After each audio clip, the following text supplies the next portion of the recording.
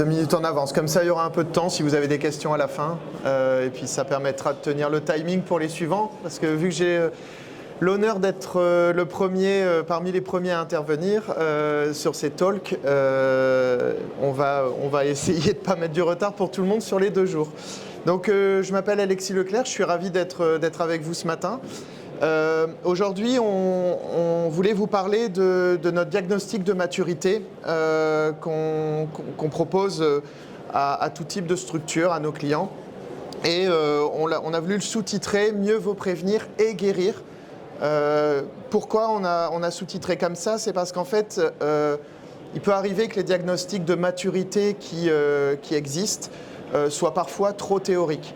Et pour nous, ce qui était important, c'était de pouvoir aussi agir rapidement sur des failles techniques, fonctionnelles, process, et tout en traçant la voie vers l'avenir, c'est-à-dire donner de la perspective sur la gestion des identités et des accès de nos clients. J'ai voulu représenter en fait les risques liés à la gestion des identités et des accès comme un iceberg, avec une partie, comme la métaphore le suggère, invisible et une partie visible. En fait, la partie émergée, la partie visible, pourrait se voir comme les risques en fait, qui sont aujourd'hui plutôt connus par les structures, pas forcément toujours adressés avec le même niveau de maturité, mais en tout cas, ce sont des sujets qui sont maintenant habituellement adressés à la fois par les éditeurs et par les sociétés qui font du conseil et de l'intégration.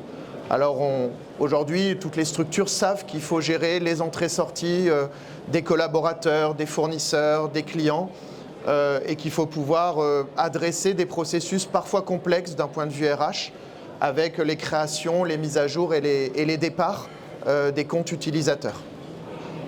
Un autre sujet qui est plutôt aujourd'hui aussi bien identifié, c'est la multiplication des comptes. On sait qu'on est amené aujourd'hui dans sa vie numérique à avoir plusieurs comptes en entreprise ou dans nos structures. Et puis des comptes parfois qui sont avec des privilèges élevés, des comptes qui sont propagés sur différentes plateformes cloud. Et donc aujourd'hui, on sait qu'il faut pouvoir adresser la multiplication de ces comptes en termes de cycle de vie notamment et en termes d'accès sécurisé. Et pour finir, un autre sujet qui est aujourd'hui plutôt bien adressé et qui est identifié dans les structures, les organisations, c'est l'authentification à renforcer, qui peut en plus parfois être fastidieuse, donc proposer des mécanismes pour simplifier la phase d'authentification qui peut parfois être un irritant pour les utilisateurs.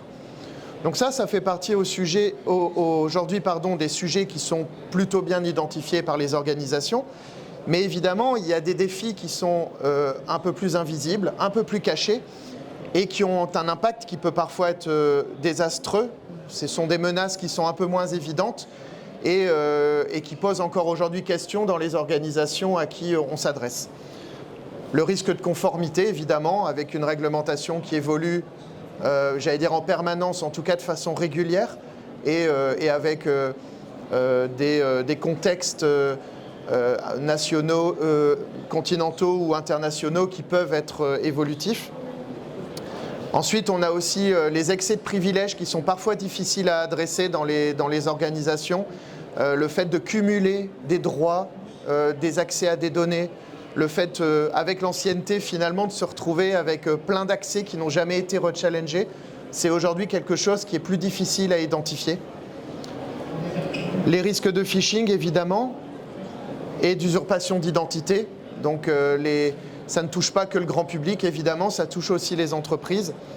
Et finalement, des identifiants qui sont exposés, qui fuitent et qui permettent d'entrer dans le système d'information. C'est parfois difficile de savoir exactement ce qui a pu fuir et à quel point le compte qui a fui quand on l'a identifié sur les réseaux avait ou pas des accès compromettants ou sensibles ou autres. Et donc finalement, ça peut donner lieu assez régulièrement, on l'a vu dans l'actualité, à des fuites de données et souvent aggravé par le fait qu'on peut empiler les dettes dans un système d'information, c'est normal, ça évolue. On a parfois des systèmes historiques qui sont moins à jour, en termes de gestion des accès, en termes de gestion des rôles, en termes de cycle de vie de leurs utilisateurs, et qui ont de la peine à se connecter à des systèmes plus centralisés pour gérer l'IAM. Donc finalement, dans le diagnostic de maturité dont je vais vous parler juste après, on voulait souligner la nécessité d'identifier toute cette partie invisible en étant proactif pour les détecter et puis éviter les conséquences que ça représente. Et donc, pour nous, c'est une métaphore qui révèle en fait tous ces risques qu'il faut relever.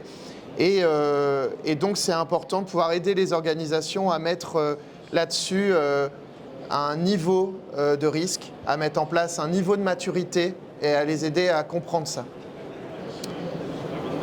Alors finalement, je vais passer rapidement les chiffres, hein.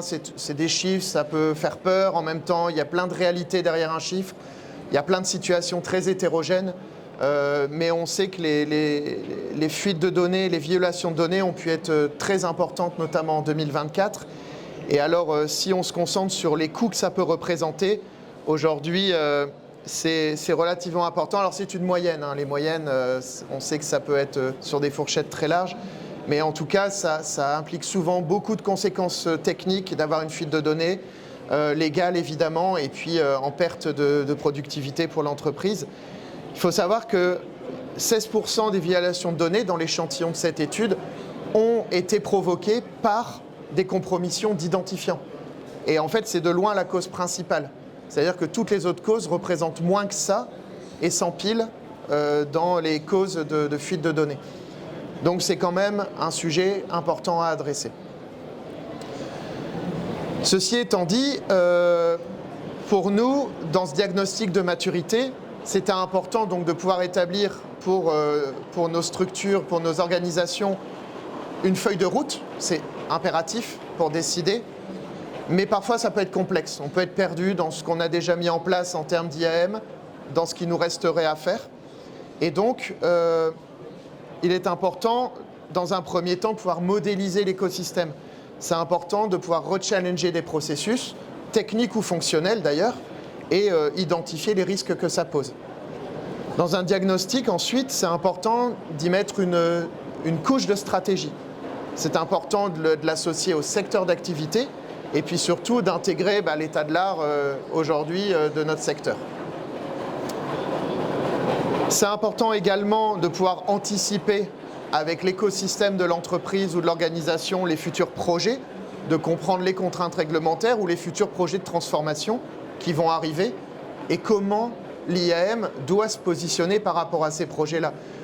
Si je vous donne un exemple, aujourd'hui, si vous faites un diagnostic de maturité IAM et qu'il y a également en parallèle un projet de transformation de l'ERP, ça peut être une bonne idée de le prendre en compte. Et finalement, ce qui est important, c'est d'affiner ensuite cette vision en formalisant la valeur ajoutée. Parce que derrière, ce n'est pas un simple projet IT, un diagnostic. C'est une démarche plus globale avec des décisions à prendre en termes de budget, de conformité, de priorité et de conduite du changement. Donc au final, ce qui est important, c'est que dans ce type de diagnostic, ça va être de pouvoir couvrir un certain nombre de périmètres en access management, en gestion des identités, en gouvernance des identités, en gestion des autorisations, en moyens d'authentification. Et il faut être à la fois très transverse et en même temps stratégique. Et donc, c'est important d'avoir une évaluation pour nous qui se basait sur les niveaux de maturité de l'ANSSI pour pouvoir mieux le situer par rapport à d'autres diagnostics dans d'autres domaines de la cybersécurité et pouvoir fixer des priorités entre domaines de la cybersécurité qui peuvent des fois se faire concurrence dans les budgets par rapport à un référentiel commun qui fait foi aujourd'hui.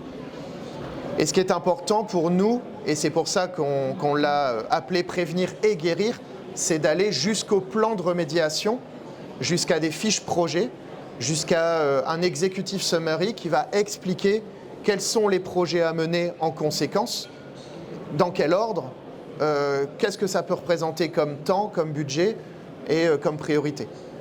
C'est pas juste s'arrêter à des constats et dire bon bah vous allez pas bien. Ouais, oui, je le savais, sinon j'aurais pas demandé un diagnostic, mais qu'est-ce que je fais pour le résoudre?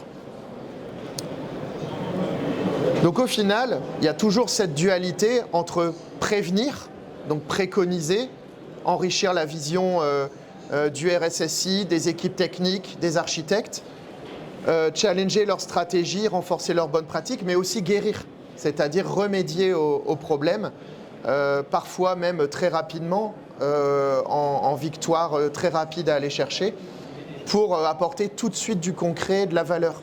Ça, c'est hyper important de ne pas partir dans des effets tunnels, dans des projets très longs. Les projets d'IAM, on sait que ça peut parfois être long, 1 an, 2 ans. C'est important d'avoir des étapes intermédiaires qui mettent en place vraiment des basiques, qui rattrapent en fait des choses qui n'auraient pas pu être faites avant, sur des délais plutôt courts, pour montrer de la valeur rapidement. Donc finalement, c'est toujours une dualité entre le temps long de la décision, le temps long de la stratégie et le temps court de l'action, où parfois les équipes ont envie d'y aller, ont envie de mettre en œuvre des solutions et peuvent parfois être pressées d'acquérir un logiciel, de mettre en place quelque chose qui s'inscrit peut-être moins dans une vision globale. Donc il faut réussir à trouver l'équilibre entre les deux. Donc, c'est bientôt la fin. Prévenir pour nous, c'est donc proposer une projection dans ce diagnostic. C'est montrer qu'il existe peut-être des bloquants sur des projets, de montrer que en allant au bout de tel projet, ça permettrait significativement d'améliorer la maturité. Donc c'est pas juste de s'arrêter à ce qui est fait, mais c'est aussi de montrer qu'avec ce qui est dans les tuyaux en termes de projet, ça va s'améliorer et puis il faudra peut-être encore aller chercher quelque chose de plus. Ça, c'est hyper important pour les équipes parce que souvent, elles vivent mal les diagnostics en disant « bah oui, mais on a un projet qui doit finir cette année, si vous étiez venu dans 6 mois, ça aurait été mieux, quoi. » Non, on va en tenir compte, évidemment. C'est hyper important de voir ce qui a été engagé pour prévenir et puis pour améliorer la situation. Donc, il faut bien confronter la stratégie et puis les architectures techniques également. C'est important aussi d'avoir des checklists qui dépendent de la réglementation, parce que c'est souvent ce à quoi les décideurs vont se raccrocher, selon les secteurs d'activité également. Et puis, c'est bien d'anticiper des projets de transformation, des projets peut-être de réorganisation interne d'entreprise, et puis évidemment tenir compte de l'externe, avec les différentes autres équipes de la cybersécurité. Et donc, au final, ça doit permettre d'aboutir à une meilleure gouvernance. Il y a des exemples, mais aujourd'hui, on sait que, par exemple, 30% des entreprises n'ont aucun processus de recertification des accès. Rechallenger régulièrement les accès, c'est important pour éviter le cumul de privilèges. Ça, c'est important de le souligner et d'avoir des campagnes régulières en termes de gouvernance qui vont venir challenger ça. Et donc, finalement, éviter qu'il y ait une dette IAM qui serait un peu comme un placard où on va empiler les choses et où ça va s'effondrer quand on ouvre les portes. Donc, c'est important d'avoir une feuille de route, finalement. Donc, dans le diagnostic, ça peut se représenter par ce type de livrable où il y a un scoring, où on établit des cartographies et puis finalement un dashboard de gouvernance. Donc ça, c'est un premier lot de livrables très important dans un diagnostic de maturité. Ce ne sont pas les seuls, ce sont des exemples. Et ensuite, pour passer à la guérison, c'est, comme je le disais, privilégier les petits pas, les victoires rapides, tout en ayant en tête aussi les projets sur le plus long terme. Et donc, c'est finalement pouvoir détecter ces facteurs de risque immédiats, mais aussi recenser du point de vue des utilisateurs les points sensibles pour eux d'un point de vue métier, d'un point de vue process. L'exemple assez typique auquel on est confronté dans les équipes d'IAM, c'est le lien avec les ressources humaines, où les ressources humaines ont un rythme de vie peut-être un peu différent, où pour eux, ce qui peut compter, c'est de privilégier l'onboarding, c'est pas forcément d'avoir tout de suite, tout à jour, la technique c'est compliqué, il y a des délais, tout ça. Il y a l'humain avant tout pour eux. Et puis il y a aussi la fin de mois avec la paye, où en fait finalement, il y a beaucoup de structures où si c'est à jour en fin de mois, c'est l'essentiel. Alors que nous, en IT, on a besoin du compte le premier jour pour bien travailler avec les bons droits d'accès. Donc il faut savoir tenir compte de ces différents rythmes et trouver des terrains d'entente dans les process. Finalement, c'est ce qui doit permettre de définir des plans d'action, ça paraît évident. Et donc, voilà des exemples de plans d'action très concrets qui doivent émerger d'un diagnostic sur les comptes orphelins, sur les privilèges qui auraient été cumulés ou sur des configurations aujourd'hui en termes de cycle de vie qui pourraient être défaillants. Alors notamment quand on adresse plusieurs niveaux de support dans les entreprises, on peut avoir une équipe support qui a des pratiques à elle, parce que son urgence c'est de répondre à l'utilisateur, mais qui sont peut-être éloignées des pratiques que les responsables IAM auraient pu imaginer idéalement, parce que c'est pas suffisamment bien outillé, ça bug, etc. Donc il faut pouvoir vraiment adresser toutes les couches dans les échanges, dans les ateliers, pour bien prendre en compte la réalité de tout le monde en fait là-dedans. On sait qu'aujourd'hui, dans des fuites de données récentes, il y a eu tout simplement des obtentions de privilèges grâce à des fuites de comptes, des comptes mal sécurisés ou des process au support qui pouvaient être basés uniquement sur la confiance. Il me demande de réinitialiser son mot de passe. Rappelle-moi qui est ton manager. Bon, ça, je le trouve sur LinkedIn. Je peux me faire passer pour l'utilisateur et finalement obtenir des réinitialisations de mots de passe assez simplement.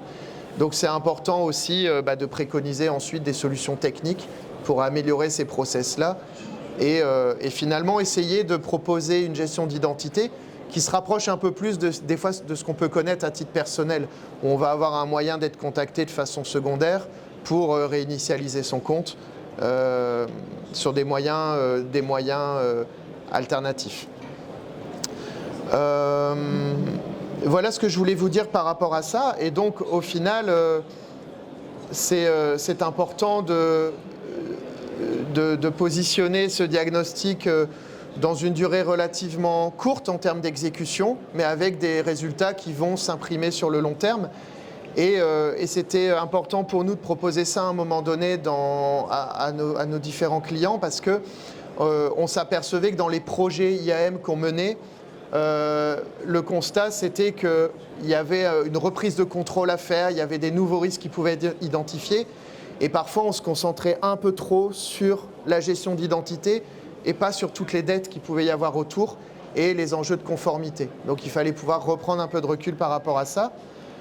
Finalement, on s'apercevait aussi que la feuille de route pouvait être complexe à établir parce que voilà, j'ai mis en place des briques techniques par confort qui s'appuient sur des choses que j'avais déjà, mais j'ai peut-être pas balayé tous les cas d'usage. Et donc, je m'aperçois que j'ai des zones non couvertes, des applications qui ne sont pas forcément compatibles avec des standards d'authentification, de SSO. Ou alors j'ai une base d'utilisateurs qui m'allait bien jusque-là mais qui n'était pas connectée au SIRH et donc je m'aperçois qu'avec la croissance de l'entreprise, j'ai pas suffisamment de dynamique dans mes cycles de vie. Donc c'était important de pouvoir refaire cet état des lieux dans le diagnostic pour finalement se dire que la mise en action, elle pouvait être un préalable parfois à la réflexion, parce qu'il y a des urgences, mais qu'il fallait aussi savoir poser une réflexion pour ensuite avoir des actions plus cohérentes. Donc c'est toujours un équilibre à trouver entre les deux pour proposer quelque chose de pertinent. Voilà ce que je voulais vous partager aujourd'hui. J'espère que c'était clair. Si vous avez des questions, c'est le moment. Il y a un micro ou alors peut-être je vous entendrai d'ici. Merci à vous pour votre écoute.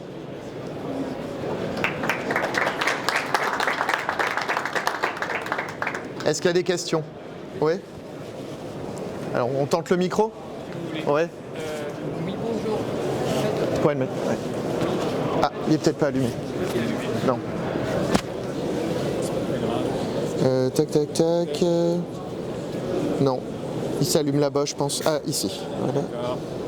Alors, on tente. Sinon, c'est pas grave, je vais écouter d'ici. En fait, moi je voulais savoir parce qu'en fait notre démonstration elle est bien, mais ça peut surtout pour des grandes entreprises. C'est-à-dire qu'il y a un certain nombre de fonctionnaires, de ressources, etc.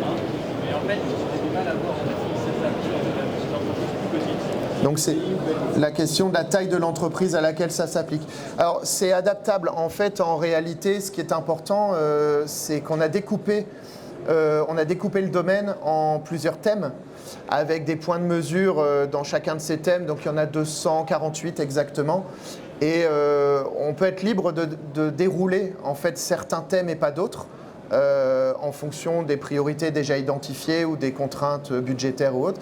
Et donc non, ça peut Alors on l'a par exemple déroulé dans un groupement hospitalier qui était relativement modeste en termes de taille. Et on l'a déroulé aussi dans des grands groupes de la grande distribution internationaux où ils sont plusieurs dizaines de milliers ou voire ils dépassent les 100 000 collaborateurs. Donc ça peut se dérouler dans différents contextes. Le tout effectivement c'est de ne pas arriver en assénant en fait un état de l'art et en disant c'est comme ça, pas autrement, il faut l'adapter au contexte. En fait, il y a tout un cadrage à faire au départ sur une demi-journée qui permet de bien se mettre d'accord sur la vélocité qu'on veut dans ce diagnostic. Donc non, ça s'adresse bien à tout type de structure. Je pense que c'est important de le souligner. Merci de la question.